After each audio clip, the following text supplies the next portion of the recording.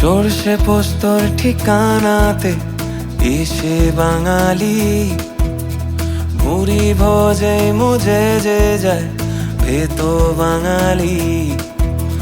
সর্ষে পোস্তর ঠিকানাতে এসে বাঙালি মুড়ি ভোজে মুজে যে যায় ভেতো বাঙালি। শুক্তো দিয়ে হতো শুরু, চাটনি থাকে শেষ পাতে, স্বাদে এমন ঠিক যেন জাদু মায়ের হাতে।